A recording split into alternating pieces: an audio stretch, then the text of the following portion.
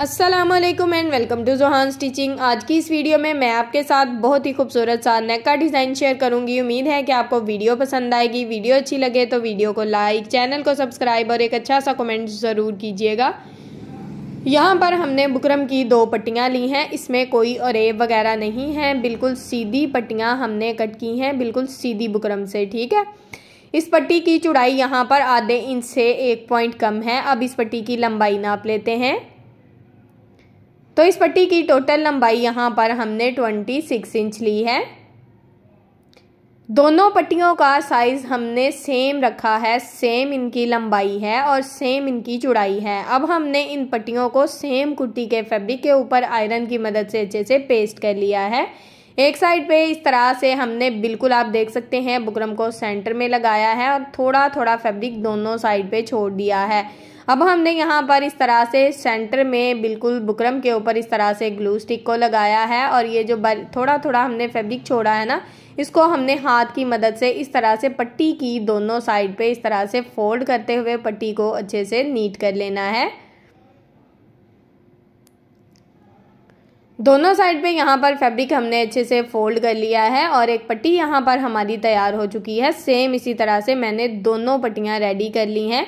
अब हमने यहाँ पर जॉइंट लेस ली है और इसकी चौड़ाई 1.25 इंच है। ठीक है, अब हमने जितनी लेस दबाव में रखनी है उस हिसाब से हमने इस पट्टी को इस तरह से यहाँ पर इसके ऊपर सेट करना है और इसके ऊपर बिल्कुल किनारे की सिलाई चला लेनी है। अब आप जितनी अपनी लेस दिखाना चाहते हैं उस हिसाब से यहाँ पर सिलाई को चला सकते हैं। मैंने चौड़े वाली जॉइंट लेस का इस्तेमाल किया है, आप यहाँ पर चाहें तो बारीक जॉइंट लेस का भी इस्तेमाल कर सकते हैं। एक साइड पे हमने यहाँ पर पट्टी ज्वाइंट कर दी है बिल्कुल किनारे की सिलाई चलाते हुए। अब पट्टी को अच्छे से नीट कर लेंगे।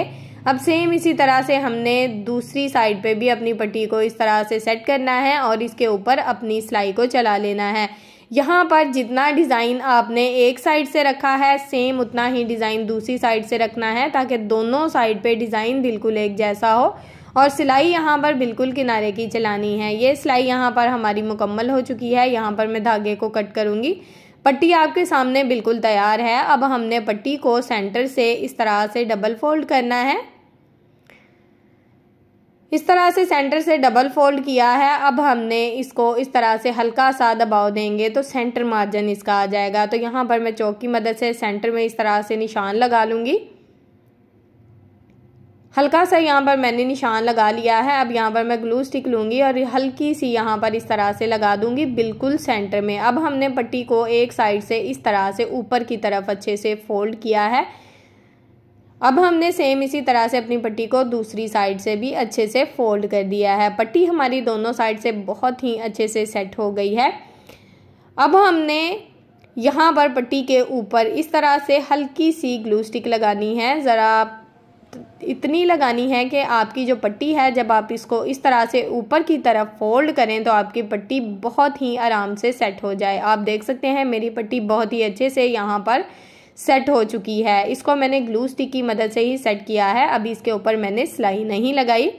इस तरह से आप अपनी पट्टी को सेट करके अच्छे से उसका जो मार्जिन है वो कर सकते हैं।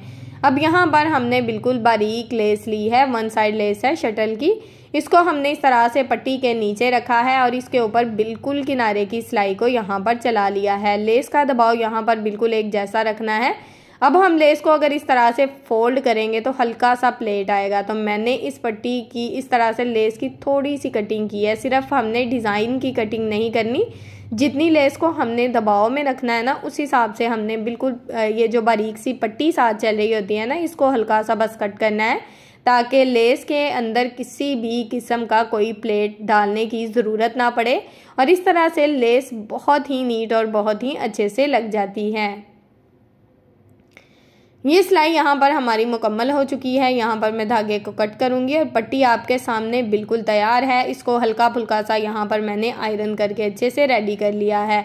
अब हमने यहाँ पर चौकोर शेप फैब्रिक लिया है। इसकी चौड़ाई 2 इंच है, इसकी लंबाई भी सेम है। अब हमने इसको एक साइड से इस तरह से तिरछे में फोल्ड किया और सेम इसी तरह से डबल फोल्ड कर लिया और ये एक ट्रायंगल की शेप में हमारे पास आ गया है। अब हमने सेम कुर्ती के फैब्रिक की गोल डोरी स्टिच की है। इसकी वीडियो का लिंक आपको डिस्क्रिप्शन में मिल जाएगा।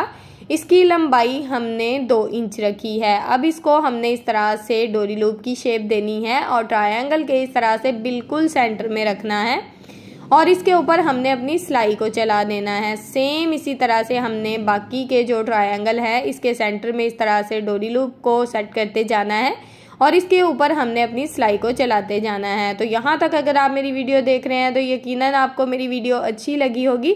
तो जल्दी से मेरी वीडियो को लाइक कर दें, मेरे चैनल को सब्सक्राइब कर दें और एक अच्छा सा कमेंट करके मुझे ज़रूर बताएं कि आपको मेरी वीडियो कैसी लगती है। ये सिलाई यहाँ पर हमारी मुकम्मल हो चुकी है। यहाँ पर मैं धागे को कट कर लूँगी। अब हमने ये डिज़ाइन इस तरह से नहीं रखना है, इस ट्रायंगल को दोनों साइड से इस तरह से फोल्ड कर लेना है अच्छे से ऊपर नीचे रखते हुए।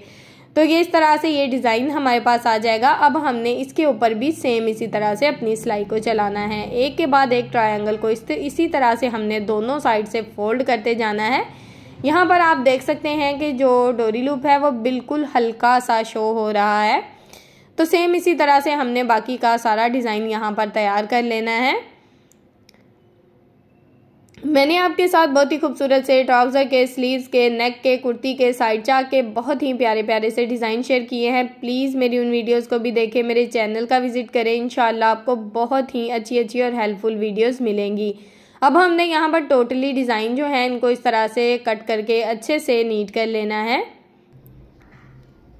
सारे डिज़ाइन हमने नीट कर लिए हैं। अब हमने यहाँ पर एक बुकरम का पीस लिया है। इसकी टोटल लंबाई यहाँ पर हमारे पास तकरीबन 8.5 इंच है। इसकी चौड़ाई हमारे पास 5 इंच है। डबल फोल्ड में इसकी चौड़ाई 5 इंच है। अब हमने चौड़ाई में इस तरह से इंची टेप को रखा है और 3.5 इंच के मार्जिन से नेक की चौड़ाई का निशान लगाया है। अब हमने नेक की लंबाई लेनी है। तो यहाँ पर मैं 4 इंच के मार्जिन से नेक की लंबाई में निशान लगाऊंगी। नीचे वाली साइड से भी हमने चौड़ाई में 3.5 इंच का मार्जिन लिया है। अब हमने इन निशानों को इस तरह से स्केल की मदद से आपस में मिला दिया है। अब हमने यहाँ पर अपने नेक में राउंड शेप देनी है। तो यहाँ पर आपने अपनी शेप को हल्के हाथ से देना है। अगर आपकी शेप अच्छी आ रही हो तो उसको इस तरह से डार्क कर लें। अब हमने यहाँ पर इंची टेप को 1.5 इंच के मार्जिन से इस तरह से डबल फोल्ड किया है और हल्का सा निशान आ गया है सेंटर में। इसी निशान के मुताबिक हमने यहाँ पर अपने डिज़ाइन का निशान लगाया है। अब हमने यहाँ पर अपना जो डिज़ाइन है इसकी लंबाई 2.5 इंच रखी है। 2.5 इंच के मार्जिन से इसकी लंबाई में निशान लगाया है। अब हमने इन निशानों को इस तरह से वी शेप में आपस में मिला देना है। ये नेक इस तरह से हमारे पास आ गया है। ऊपर से इसकी राउंड शेप है, नीचे से इसकी वी शेप है। अब हमने इसकी कटिंग करनी है। तो तकरीबन 1 इंच का बुकरम हमने एक्स्ट्रा मार्जिन लिया है और इस तरह से इसकी कटिंग कर दी है। अब सेम जिस तरह से हमने अपना नेक ड्रॉ किया था उसके मुताबिक इसकी कटिंग कर देंगे।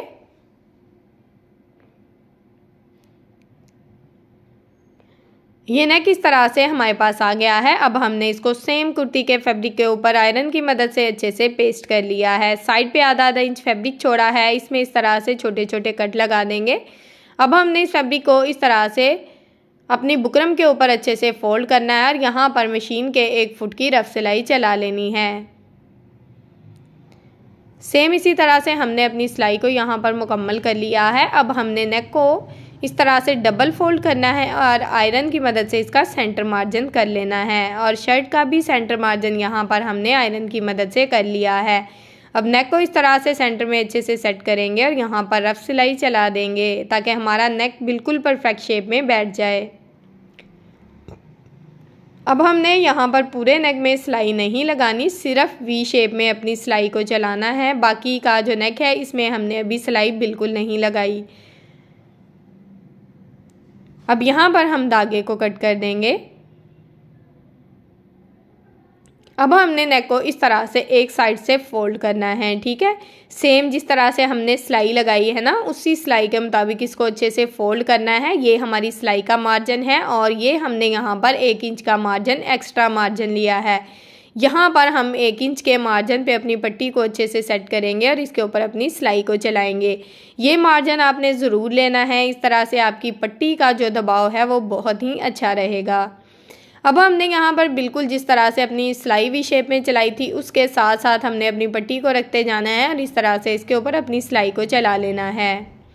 यहाँ पर सिलाई को बिल्कुल किनारे की सिलाई यहाँ पर हमने चलानी है, इस तरह से सिलाई बहुत ही नीट रहेगी। अब हमने ये जो डिज़ाइन इस तरह से ऊपर की तरफ फोल्ड किया था, इसके ऊपर अभी मैं सिलाई चला रही हूँ, ठीक है। पहले मैंने इसके ऊपर सिलाई नहीं चलाई, अब मैं इसके ऊपर इस तरह से सिलाई चला दूँगी। अब यहाँ पर हमने अपना जो डिज़ाइन तैयार किया है उसको हमने इस तरह से सेट करना है। अगर आप चाहें तो बिल्कुल साथ रख के भी इस तरह से लगा सकते हैं, लेकिन मैंने इस तरह से थोड़ा सा गैप दिया है, तकरीबन 1.5 इंच होगा। सेंटर मार्जिन मैंने इसका रखा है और यहाँ पर 2 डिज़ाइन हम सेट करेंगे और इसके ऊपर अपनी सिलाई को चला देंगे। अब तकरीबन 1.5 इंच का मार्जिन फिर लेंगे और फिर 2 डिज़ाइन अपने सेट कर लेंगे।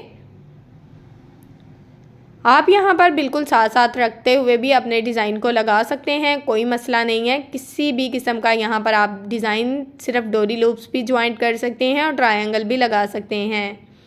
अब यहाँ पर हमने सेम इसी तरह से दूसरी साइड पे भी अपनी सिलाई को चलाया है, बिल्कुल उसी सिलाई के साथ साथ जो हमने नेक में लगाई थी।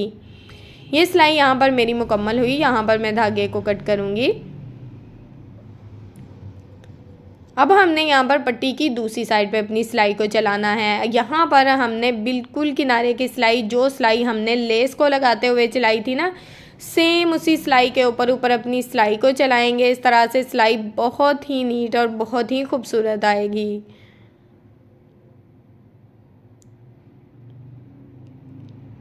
यहाँ पर ये सिलाई हमारी मुकम्मल हो गई है। यहाँ पर आप देख सकते हैं कि पट्टी हमारी बहुत ही अच्छे से लग चुकी है। अब हमने नेक को इस तरह से सेट किया है और सेम हमने जिस तरह से बुकरम लगाया है उसके मुताबिक अपनी सिलाई को यहाँ पर चलाएंगे।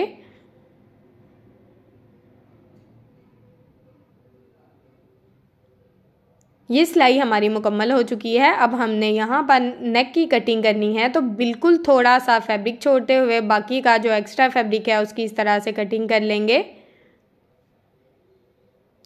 अब पूरे राउंड में हमने इस तरह से छोटे छोटे कट लगाने हैं। यहाँ पर आपने फैब्रिक को कट करना है, सिलाई को बिल्कुल भी कट नहीं करना। बहुत ध्यान से ये छोटे छोटे कट लगाने हैं। अब हमने नेक को इस तरह से रफ साइड की तरफ अच्छे से पलट लेना है।